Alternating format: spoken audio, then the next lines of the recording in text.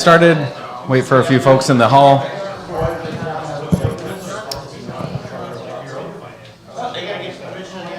Ready? All right.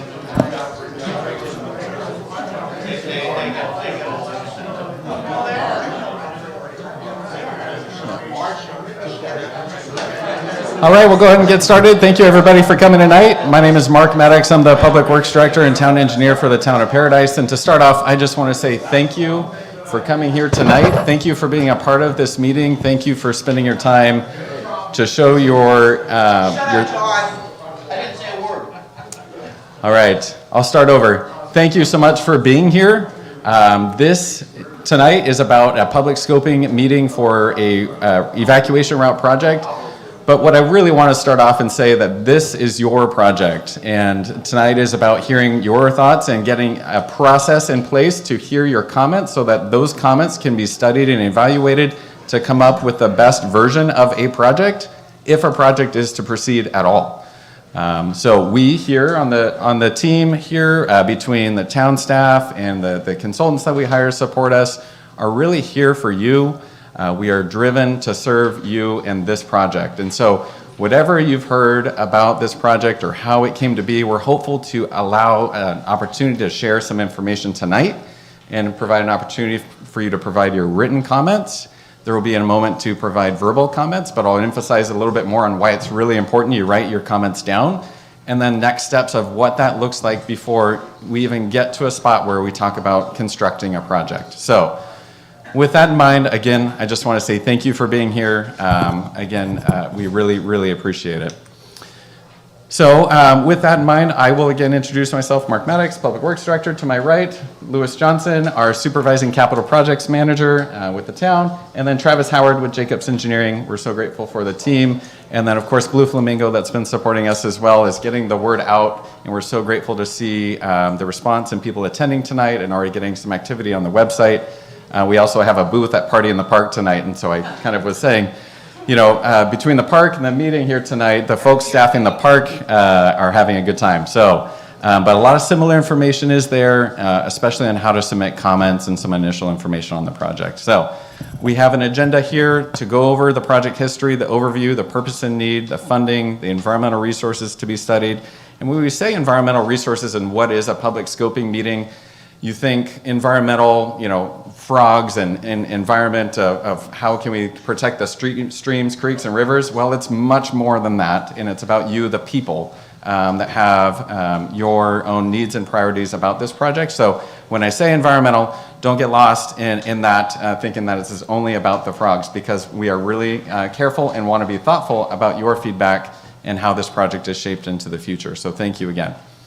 And then we'll look at schedule and next steps. And then again, I've mentioned already twice, we'll talk about how to submit comments and then open up kind of an opportunity to share your thoughts. And maybe I will take a moment to turn on the air conditioning. I'm probably one of the only ones that knows how to do that. Okay. Can you do the back one? Yeah. Okay. All right. I think the back one's on. The front one wasn't. Okay. All right, so I'll go ahead and kick us off a little bit. I've already done introductions. We've got some other support staff here, either wearing a Jacobs shirt or a town shirt, or Blue Flamingo outside in the hallway as well. So thank you again for being here. Some tips for tonight's meeting. This meeting's being recorded, so if you couldn't make it tonight, or you know someone who couldn't make it, it's being recorded. It's on our website, townofparadiseroads.com, specific for this project, and we'll also make sure it's posted on the town website as well. Closed captioning is turned on. Thank you, Travis. And the meeting will be available to watch again later after the meeting. I've mentioned again that comments about the project should be submitted through written official comment submissions located outside in the hallway or on the website here. Following a presentation by the project team, community members will have an opportunity to share their initial thoughts on the project. Please note the verbal feedback shared at the meeting tonight needs to be written for consideration in the formal CEQA analysis. Residents are asked to keep their verbal comments at the podium to less than 5 minutes. This isn't a formal council meeting, so certainly I'm not interested in shortening anyone's thoughts, but we really want to make sure everyone in the room tonight has an opportunity to share their thoughts if they wish to do so. Again, and then what I'll kind of mention too is as we developed the project, it's almost in its earliest stage, and I say almost because a lot has gone into the long-term recovery plan and the transportation master plan that led to tonight. But tonight is really as early as it gets as far as the environmental review phase and kicking off the scoping period where we accept comments and really learn what you'd like us to study further as the project proceeds. So tonight, it might be a little frustrating because it's not a Q&A session to where we're going to have all the answers. Tonight's about hearing from you. And so with that in mind, we'll go ahead and get started. So surprising to me, I was not previously aware and that the town of Paradise and unincorporated town of Paradise had been planning an east-west connection in South Paradise as early as 1932. Really neat upper right-hand map from Butte County road map. Yeah, wagon train. I don't doubt it. So with that, actually the town of Paradise itself commissioned the Road Feasibility Report, completed and adopted in 1991. And then obviously not much has happened since that time. And then in the 2018 Camp Fire, there were numerous fatalities along disconnected dead-end residential roadways that did not have direct access to existing evacuation routes. I want to pause here because it's a true statement to say we would not be here in absence of the 2018 Camp Fire. We would not be here talking about this project if there were not transportation-related fatalities in this project area. So that definitely weighs heavy on all of us as a community. We've been through a lot. And after what we experienced, what we did, and the visioning of the long-term community recovery plan, it really was a mission, a charge to the staff, to the community, to the leaders to look at ways to improve our evacuation routes, establish missing road segments, providing more interconnected paths that can be doubling as evacuation routes or assets to, if you have to, mount the curb and go out using a bike path, that's an option. But also making the community more walkable and bikeable and connecting those long dead-end streets. And so the two pieces of this, we had community feedback, of course, in the 2019 long-term recovery plan, even more so in the 2022 update, as well as the 2022 transportation master plan that really took those major branches of resiliency improvements for safety when it comes to transportation infrastructure and visioned into projects that could be considered to make a difference. And so Road was identified for funding in what's our CDBG-DR, and I can only say that fast because I've said it probably 1,000 times at least in the last month. But it's community development block grant disaster recovery funds that were specifically allocated to the town of Paradise for infrastructure improvements that make Paradise a safer place to live, that draw people back or draw people to Paradise to help us recover and all of the benefits of having a vibrant and thriving community that's supported by real infrastructure that people need. So with that, the purpose and need statements are really, really important, and these were drafted early, and so we will continue to publish and provide information if you're wondering why we're here. It's to provide a new resilient east-west multimodal corridor, improved access to existing evacuation routes, to eliminate roadway gaps, to improve emergency vehicle access, to increase access to local and regional evacuation routes. Again, we have, you have Skyway, Neal, Clark, and Pence at this point for the north-south routes, and then even our 1994 general plan established that we need more east-west arterials that connect between those north-south evacuation routes. So I already talked about the need in the 2018 Camp Fire, increased evacuation routes that serve the town of Paradise. Again, we talked about the fatalities on road, dead-end roads like Edgewood Lane that did not have direct access to existing evacuation routes.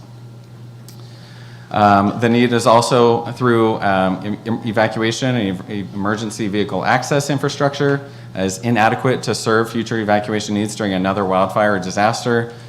Certainly putting things back the way they were are a critical part of our recovery, but we also want to put things back in a more resilient, better way possible.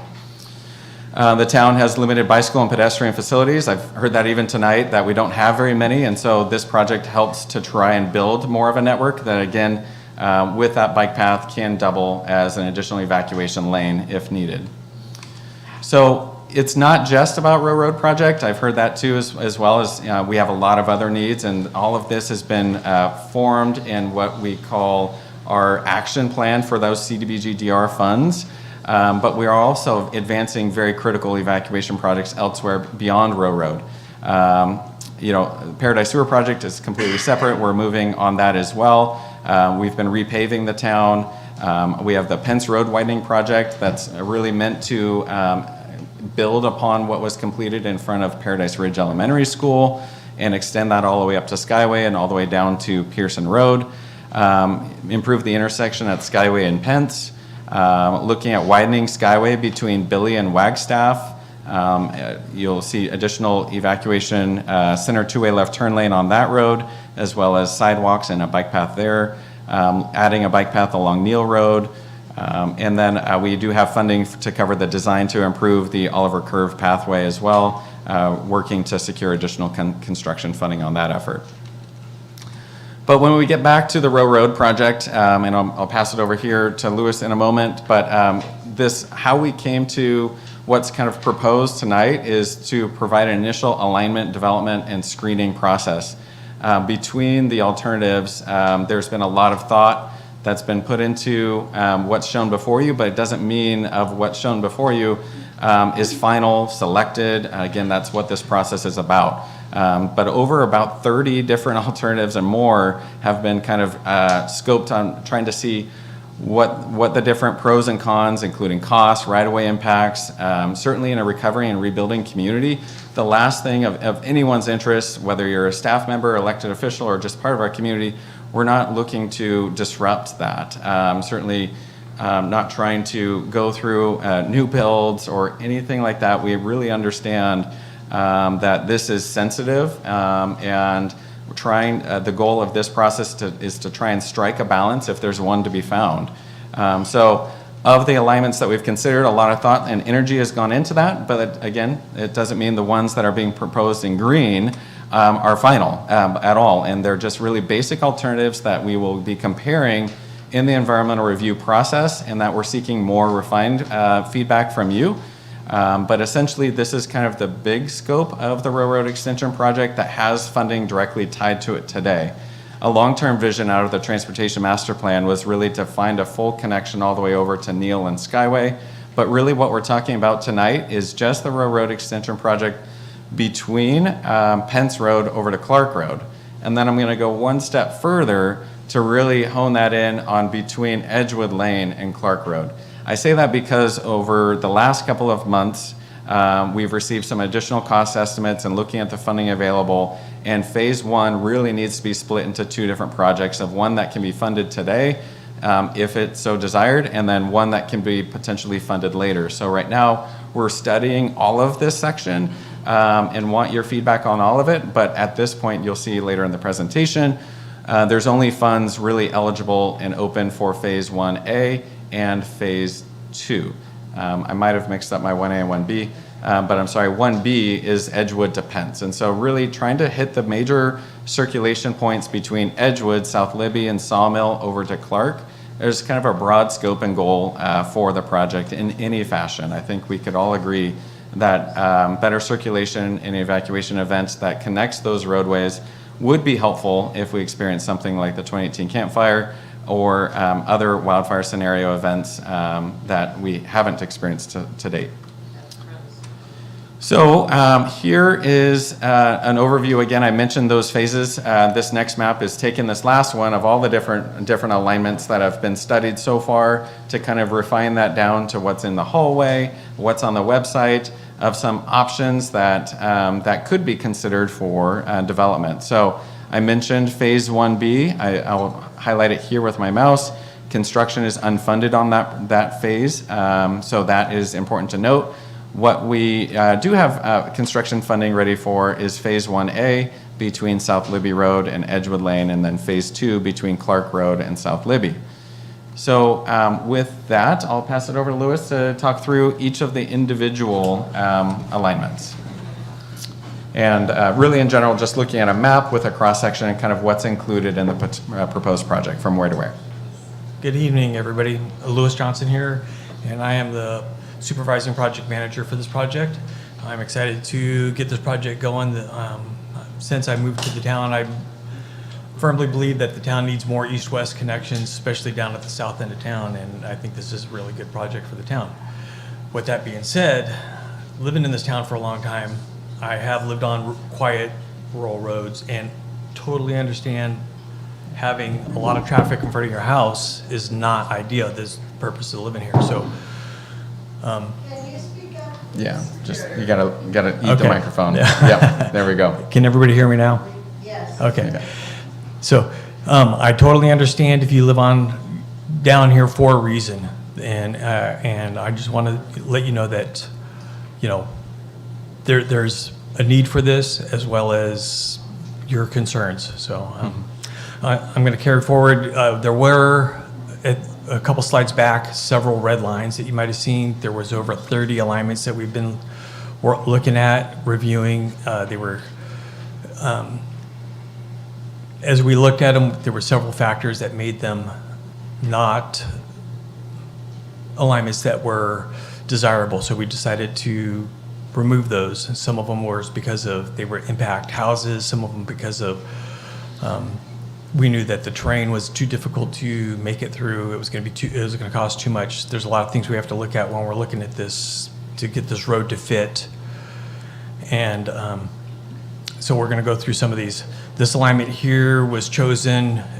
It's kind of got a tall bridge down here at the bottom where we cross Clear Creek, and we picked this spot. It kind of follows an old alignment that we have part of the right-of-way. We know that this new road, that existing right-of-way is not wide enough for that whole road, so we'd have to acquire more additional right-of-way. And we picked this alignment so that we could meet standards that we can only have horizontal curves that have a certain radius. So to keep that radius to work, this was one of the alignments that we had chosen, and it comes out by that old trailer park up there on Clark Road there, instead of coming out at the corner on the middle of Clark Road for sight distance. And another one we looked at, which would make evacuation a little cleaner and make it a little faster, and it'd make. We looked at this route here. It was more of a straight line. It does have a taller bridge. One of the things we looked at is this would have less impacts to right-of-way, less impacts to the citizens.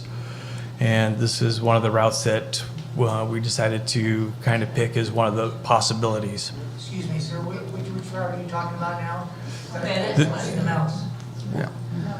This is alternative 2F. That's our, Okay. so you're saying you wouldn't have to have right of way? No, Less. There's going to be less right away with this one compared to this one. As you can see, with this route here, there's more parcels. There's more right of way takes because this is a longer route. And so with it being a longer route, it's going to cost more to buy the land than it is if we go straight across. Are you talking public domain? yeah, so I think what I'll do, and again, I appreciate the questions. I want to make a couple of clarifications. As we talk about a project that currently the town of Paradise does not own property in this area, I want to acknowledge that first. And certainly, every conversation I've been involved on this project is to not look at eminent domain, which was your question. And so when Louis was just referring to about right-of-way impacts, it means that there is a proposed project in an area where the town currently does not have rights on. And so through that process, it becomes an option to look and partner with the residents and the homeowners or the landowners to try and see if there is a solution to acquire right-of-way through a just compensation process. That's not what we're doing tonight. That's not what is starting, but it's really important as we're in these early project phases to understand the potential need for additional right-of-way, which the project needs, that the town or the agency does not have at this But point. the basic question was if people weren't willing to sell it, is the town willing to use eminent domain to acquire it? So I can't, as staff, we can't speak as that, but certainly I have a really positive feeling that no one's interested in eminent domain. I've heard that many times. So, but that is not a decision that we make as staff. Okay, thank you. Okay? Carrying on, so on the phase two, there was these two alignments, and we narrowed it down to basically these two alignments through all the alignments that we looked at. Phase 1, it's a little bit different. It's a little more fuzzy on what we're trying to do. And with that, there's several different alignments because there's several different ways you could connect over to Edgewood. So we have several different alignments that we've looked at to try and make it as least amount of impacts to the residents that are there that have already rebuilt, the ones that still own, people that own property. And we have several alignments here, and we're looking for input on these alignments. If you know where there's artifacts, if you know where there are bugs, if you do know where there are, special carrots that have purple dots, this is a good time to tell us that this is the only place in the world where a purple carrot with a yellow dot grows, so that we can go, maybe it's not a good place to put a road. You're already aware of the Indian hieroglyphs and all that on Zekia. We also picked on, for phase 1, there was a couple different alignments. One is, again, going straight across, trying to do the least amount of impacts to the right-of-way, right? So it's the least amount of land that we have to take. And we looked at this alignment. It creates a really tall bridge. The taller the bridge, the wider the bridge, the longer the bridge, the more expensive. The longer the route through people's property, the more expensive. So somewhere we're going to find a balance, right? So this is one of the alignments to look at that we're looking for input from people. Does this one make more sense to the public? Is there things that are growing or living down here that we don't know about, that you know about, that you can give us comments on that would help us make a decision? On phase 1, we also have this other one, right? And so you can see here, in order to try and make it more like Pearson Road, right, where it kind of snakes around, you're going to have a road that goes along the side hill, but it's a lot of right-of-way takes along a lot of parcels. So you can see right here, we'd have to take the bottom half of all these parcels through here instead of cutting straight across and only impacting 1 or 2 parcels.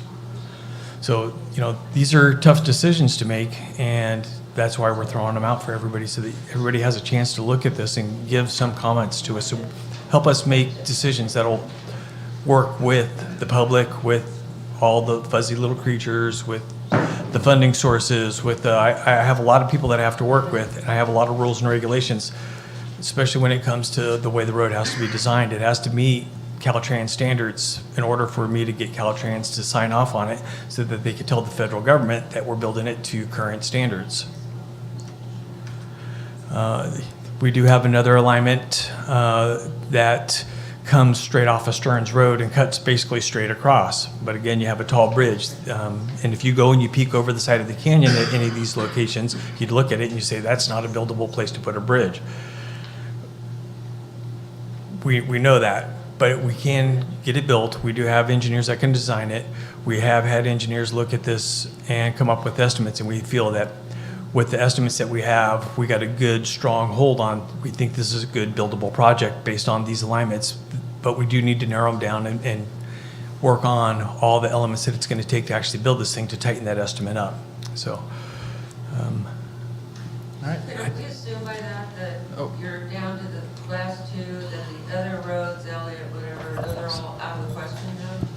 I'm sorry. As far as the comparison between the alternatives being shown and the red lines? The alternatives 1, 2, 3, and 4, you've pretty much gotten it down to. No, so, yeah, these, so her question was, are these the alignments being studied for phase 1A? Right, Yes. and yes, you've now eliminated A1, A2, A3. No. No. So what we're looking for feedback on, and that's a great question and clarification, and sorry, I'm repeating more for people that can't hear the individual in the crowd, is that the alignments and the alternatives being showed here are what's being proposed as to be studied in this process. And so no decisions have been made on alignments. Nothing is final. Like I said, this is early as it gets as far as the environmental review phase. And so what happens from here, and I'll have more information about that here in a couple of slides, but first I'll talk about funding. We've secured multiple sources of funding for phase 1A. There's $22 million available for total project costs. Phase 1B currently does not have any funds, and that's the bridge we were just talking for again, to get from Pence to Edgewood. And then Phase 2 has $85 million allocated to the project. I already mentioned we're looking at Phase 1B just to review from an environmental perspective so that it can help if we do want to advance the project to help it be competitive on state and federal grant funding programs and have the project through environmental. Okay, so as far as the funding sources, Phase 1A, a lot of the funds I mentioned, CDBG-DR, that is congressionally approved funds that go through the Department of Urban and Housing and Development, Housing and Urban Development, HUD, and then administered by the state California Housing and Community Development Department. Then for Phase 1B, we have two sources of funding. One is the Local Transportation Climate Adaptation Program through the California Transportation Commission. This is a competitive grant program that's really new. Funding evacuation routes is very, very difficult, mostly for the reasons we're already discussing in this meeting tonight. And so this new program, the Town of Paradise secured $33 million as the top scoring application in the state in this cycle because the need is so clear and apparent for Paradise to have improved routes. So those funds are administered by Caltrans, and then the $52 million through the CDBG-DR for Phase 1B as well through HCD. And so as far as schedule and next steps, and again, the presentation's winding down here, and then we'll go to the comment section. But tonight is the scoping meeting. We're looking for comments through June 23rd. Those are the formal period for the CEQA, the legal requirement of CEQA analysis. And we really, really do encourage you to submit your written comments in this period. It really helps inform the environmental studies that the team performs. And then that informs a draft environmental document. Then you'd look at a public hearing and have selected an option to select a preferred alternative, adopt a final environmental document for the overall project, and then you would look at, does the community really want to see this project move forward as a project approval standpoint? And so when you look at where we are and where we're going, it's a long road ahead. Travis, remind me as far as timeline, to really get to project approval. Can range from months to even multiple years. And so, really setting expectations. Public comment period for the first little part is not the end of public comment either. And so there's going to be a lot of opportunities for engagement, involvement, and council checkpoints as these projects develop. Because once project is approval, then we can look at design, then we can look at right-of-way partnerships and acquisition that again all will lead into a successful project or not. So if the project did advance, the property acquisition phase and construction for Phase 1A and Phase 2 would occur after environmental project approval, anticipated 2027, and construction in 2029 with a multi-year project. As far as what we are aware of and what is kind of really standard to study are this kind of list of environmental resources, and certainly community impacts, cumulative impacts, transportation, circulation, all of these things are going to go into an informed environmental document, and that will allow our leaders and community to decide about the project's future. So this is the list of studies, and now to close the presentation, really just a summary of how to submit comments, the 4 best ways you can do that. In person tonight, I'm sure a lot of you already have one of those nice postcards with a spot for public comments. That would be amazing. Please fill that out. That one. Yes, at the table, we've got clipboards. We can pass them out. That's one option for you. Our project website, and I'm going to see how well I can do switching. Project website, if you go to townofparadiseroads.com, this is the website. You'll find information and updates about the project.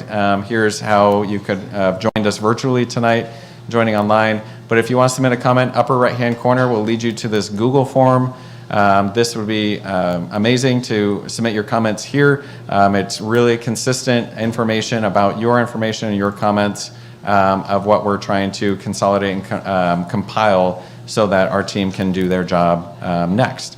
So going back to the presentation, the project website by email, if you can, if you don't prefer to submit it tonight in person or want to go on the website and you prefer email, please email Paradise Roads townofparadise.com. And then if you really are excited about sending some mail, please do that. Address here, Town of Paradise, 5555 Skyway, Paradise, California. Attention, Lewis Johnson, to my right. So with that, again, I really want to thank you for your time. What happens next is if you are interested in making verbal comments, I would love for you to raise your hand, and Bree will go ahead and pass out cards.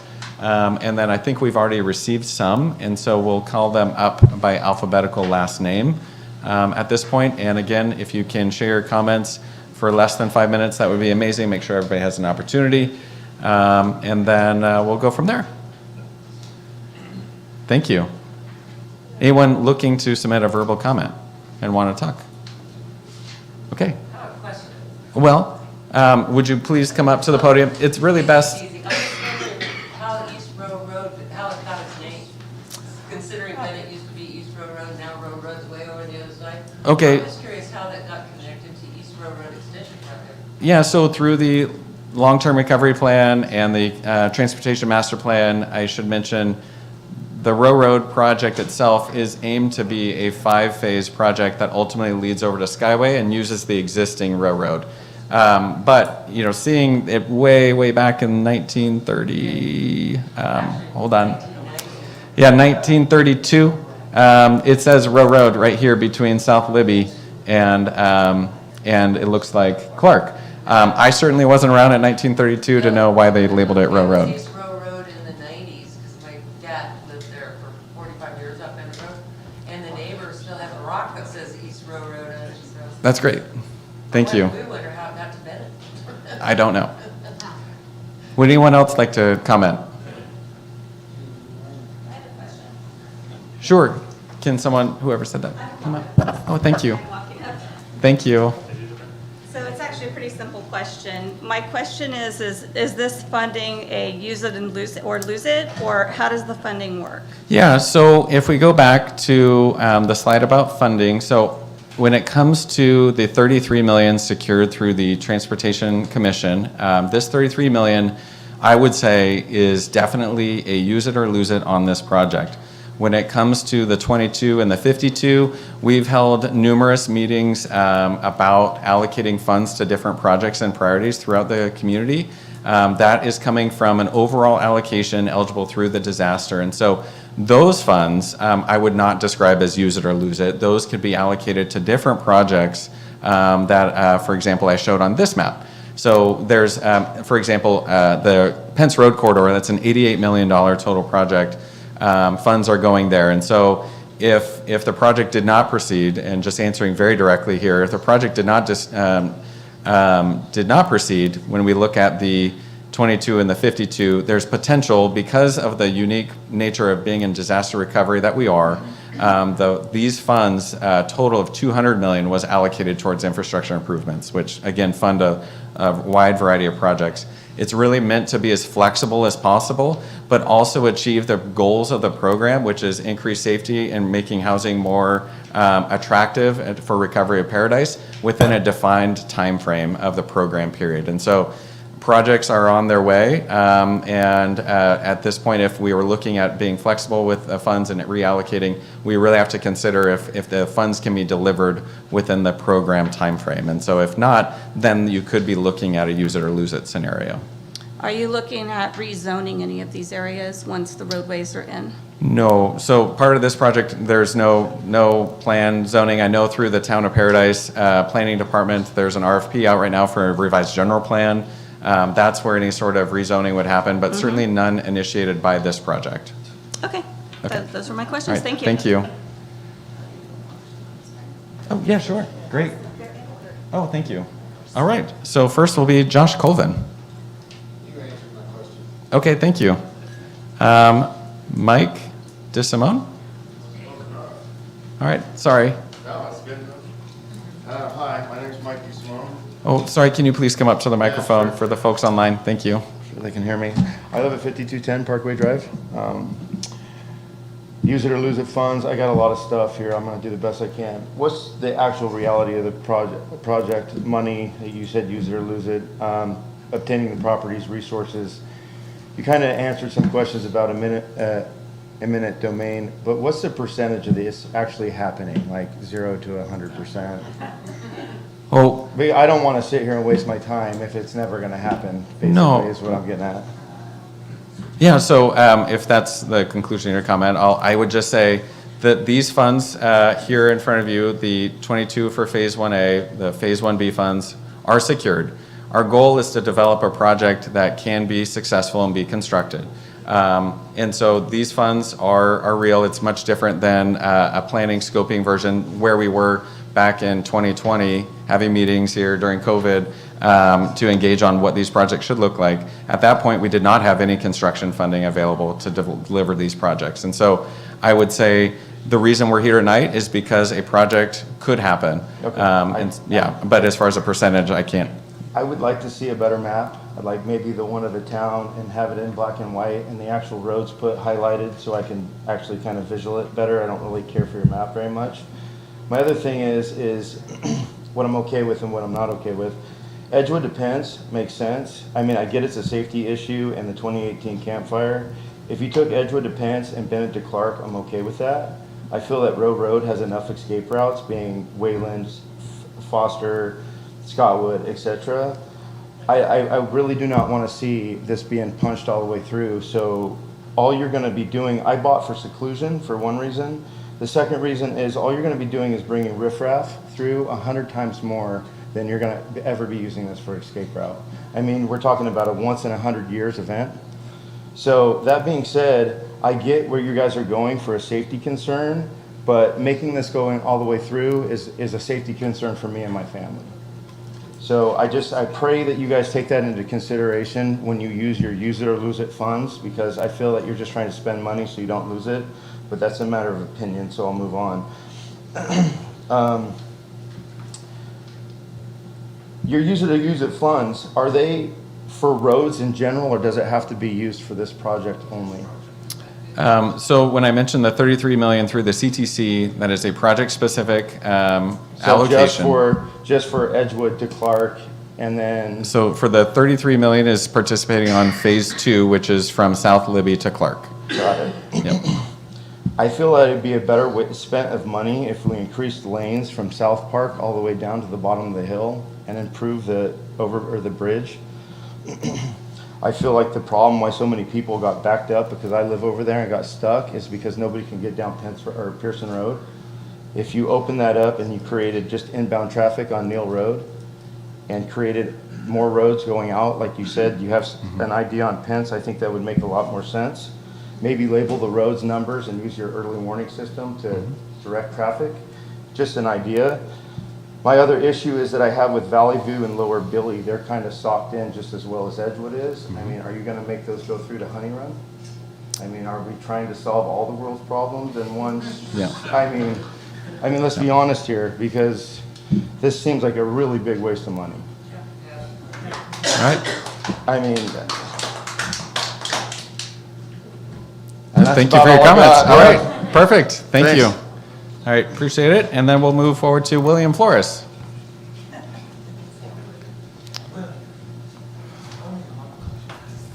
For people that know. I don't have a well-formulated thought about this. It just seemed to me like these funds could have been better used to pave the roads and widen the roads that we already had. Those of us who were here in 2018 and before are aware of how traffic really backs up in this town, especially along Pearson Road going across there. When that was 4 lanes, there was never any kind of traffic congestion. And I don't see why those funds can't be used to reopen that. Right now, it's like, what, 3 lanes, 2 lanes and a turn lane? And it's irrational after seeing what happened on the fire day. It seems to me that cross paths through town aren't where the problems existed, especially for those of us who fled that day. The problem was that there was not enough width of the roads on Clark and on Pence to allow traffic to escape this town. I would much rather see those funds dedicated to widening Clark Road to be 4 lanes and Pence Road. Those are main avenues of traffic out of here for both Magalia and for Paradise. One of the things that people don't think about is if Magalia has a fire right now and not Paradise, they're going to evacuate south. And there's a lot of people up there. I'm sorry, almost as much people up there right now as there were before the campfire down here in Paradise. So you're going to have this flood of traffic coming down, and those are the routes that need to be focused on right now. I don't see why we're looking at cutting new routes through people's property as they're trying to rebuild when we could be widening the roads that are already present. So it seems to me like a kind of a wrong direction with the money, is my opinion. Again, you're also looking at cutting bridges over 2 canyons and 2 creeks. That is 100% unnecessary. You have escape routes going out basically in other directions. Those escape routes should be out and away from the center of town, not cutting through the center of it, in my opinion. But I'm sorry, I don't have a more formulated That's perfect, thank you. opinion for you guys, but that's where I'm at. Thank you so much. All right, John Ramalia.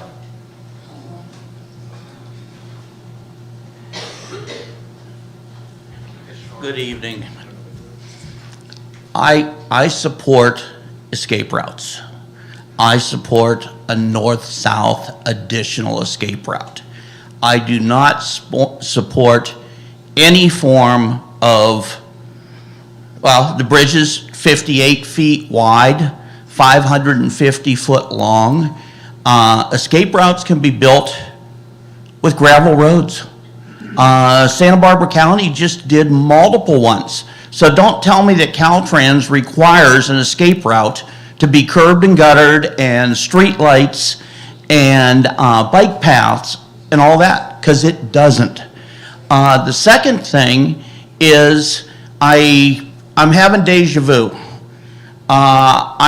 3 weeks ago, I did a public information request to the town asking for engineers' estimates on this project. One of the things that was included was a 550-foot bridge, 58.65 feet wide, that was targeted at $16 million. Well, I talked to some other engineers, including a project manager for Tigert that builds bridges, and he said that that is half, if not a third, of what it would cost.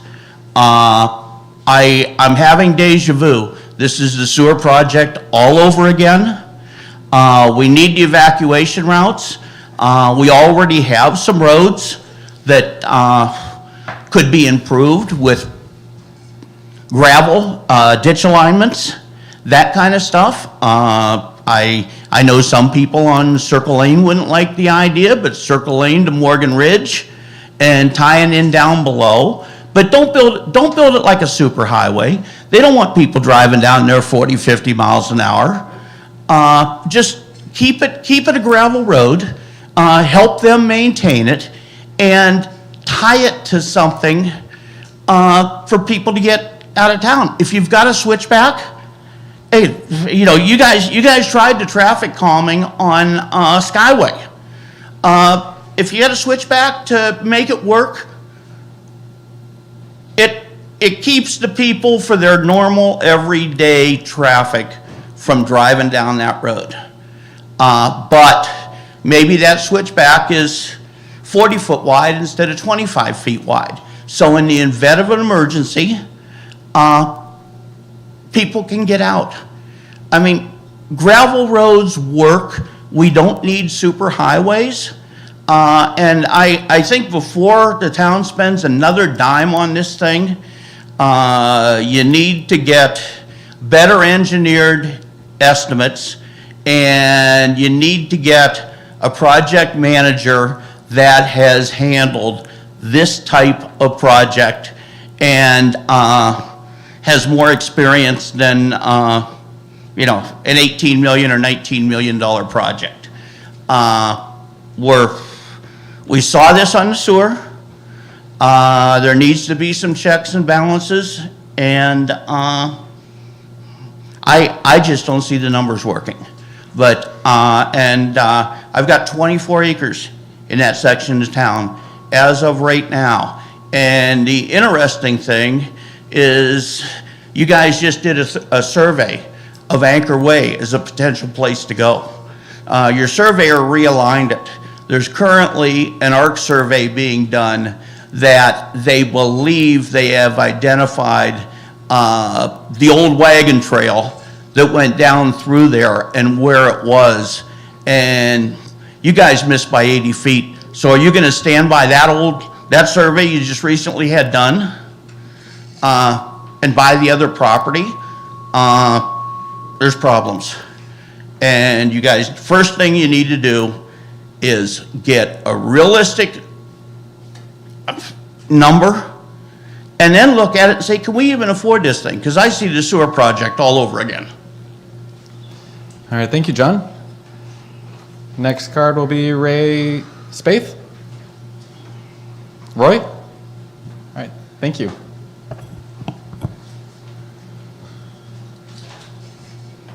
Well, my name's Roy Spaeth. I live on Row Road between Scottwood and Foster, a really quiet part of the road. My company did a job on Row Road between Foster and Neal some years back. That's quite busy. If you stand out there 5 or 6 hours, you'd be amazed how much traffic goes through there. So I think it's probably gonna put a damper on our property values, and I agree with somebody else that said a dirt road would be fine, a gravel road, maybe put a gate to open in case of fire, because a bunch of traffic running down the road is not going to be helpful in my opinion. All right. Thanks. Thank you, Roy. Kathy Wood? Hi, guys. So I'm down at the bottom of South Libby, well, kind of middle. And I think it's absolutely ridiculous to waste money on this project. We all moved down there for a reason. We know we live on dead-end roads. We know we have to all put our thinking caps on when there's a disaster and fend for ourselves. I don't feel that we need to waste our money on doing any of this. All of us kind of down there know all the back roads on how to get through and how to get out. I mean, Bennett Road, there's a dirt road that connects to Newland that nobody uses anymore. There's plenty of little places that you can sneak out of there without having to waste our money. I understand there needs to be evacuation routes. I was at my home probably till 2 o'clock in the afternoon down there on Genie Lane. But I thought about it. Oh, so do I run into the fire or run out of the fire? I chose to wait and go drive through the fire. You just have to be responsible for your own self. If you choose to live down there, know your risks, know your way out. But to destroy our peace and quiet down there with increased traffic, risk of our pets being hit, our kids, transients sneaking up the hill at any point in time and camping out on all of our open land, it's not worth it. Spend our money somewhere where it could really be useful. I'm sure everybody in here knows how to get the hell out of Paradise at this point, especially with the early warning sirens that we have now. So. But the need isn't gonna be there again in 150 years. Right, well, unless you live behind Nick Herrera's property. But that being said, we all know what we're doing. My neighbor cut the fence so he could come down my road. We all banded together so we could survive that day. And I'm sure that's what we all want to do. We still want to keep our peace and quiet down there. I don't want to see, 55 miles an hour going by Elaine's house. That backs up to mine.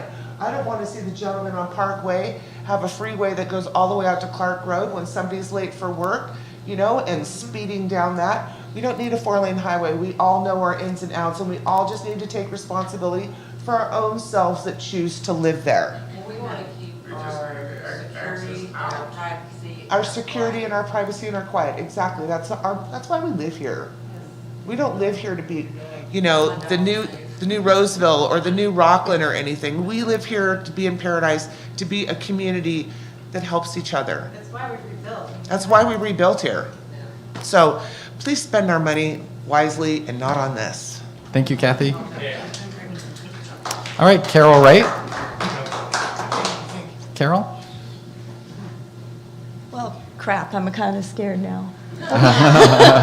First of all, I've learned I am the riffraff on Edgewood, but I realize it's a complex issue, trying to balance the security with the privacy and all that kind of stuff. When I see the maps that show parts that I don't live on, I'm like, oh yeah, that's nice. And then I see it by mine, and I'm like, wait, no, not there. Yeah. So I get what everybody's saying on that.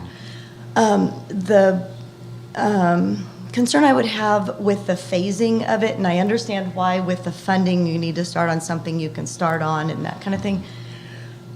Since there's not funding for the plan or phase 1B yet, if we did phase 1A and connected that 1A4 part, and then we didn't get funding for the rest of it, then all of a sudden I've got this like road, right, where I don't want a road, unless it maybe can get me out of there. And, you know, I understand about neighbors banding together, but our neighbors banded together and some of them didn't make it out of that thing. So I get both parts. But considering the funding for the whole deal is good. And then the other thing is like what others were saying about the main corridors, like on Skyway where it's bottlenecked. I think Pearson was bottlenecked because people couldn't get out on Skyway and just all that. So making sure our main corridors flow and people have a way to get to where they're going would be important. All right. Thank you, Carol. That's the end of the list I have for those that filled out a card. I'd like to open up the floor if anyone else was seeking to speak and hasn't had an opportunity to do so or did not fill out a card. Now would be a good time to do that. I kind of want to say something. Oh, sure. Oh, can you please come to the podium? Sure. We live down towards the end of Edgewood on a little easement, Marston Way. My question is, how much have you spent so far on phase one? Well, as far as developing the environmental component of the project, you know, no construction's occurred, Exactly. no design. But all the planning, Yeah, planning, I don't have that number off the top of my head, as far as what's been expended and reimbursed at this point. The last time I looked, I think it was 130,000 with all the survey work we've done and that's all the fair. engineering. Yeah. so I want to just kind of piggyback on what the riffraff of Edgewood is. We're down there too. She mentioned that what happens if you run out of money, that initial 22 million, then there's no way out for all of that money that you have spent there. All of us that are in that section, we have no way out if there's a disaster. Why have you started in the middle instead of on one side that would save two sections? Well, thank you for the opportunity to clarify. I want to take this moment to reemphasize that Phase 1A and Phase 2, at current estimates, are funded to be able to be completed. Obviously, we don't have any choices made on alternatives or alignments, but we are looking at a range and a budget that can get us from Edgewood Lane over to Clark with funds Okay. that exist today. All right, those funds that exist today, 22 million. for 22 seven- plus 85. Plus 85. Just looking at your projection, the earliest that you could start would be 29, correct? Is this going to be like the bullet train? No, certainly not. The budget estimates that we do have do include escalation as far Okay. as forecasting forward towards the construction year. Okay, But great question. thank you. Thank you. Oh, another one? Oh, from YouTube. Okay. By impact studies. How much of this funding by- Okay. How much of this funding will be up by impact studies? Yeah, online we received a question. How much of this funding will be up by impact studies? I'm sorry, Levi, I don't know if I fully understand. Eaton up. Okay, so right now, the funding that we're talking about is through grants that have been allocated through the Town of Paradise, through the agencies that I mentioned and the funding programs. None of this is funded through development impact studies or development impact fees. But certainly, Levi, if you're online listening, if you can add more context to the question and email Louis or myself or paradiseroads@townofparadise.com, we can certainly get that answer for you. Anyone else? Well, it might not be too late to go to a party in the park after all. I know I'm interested. I just really want to say thank you to everyone again. We appreciate you. This is taken very, very seriously. This is not an exercise in process. This is about you, the community. So thank you for being here. Thank you for sharing your thoughts. Please write your comments in one of the 4 or 5 ways we described. Thank you and have a good night.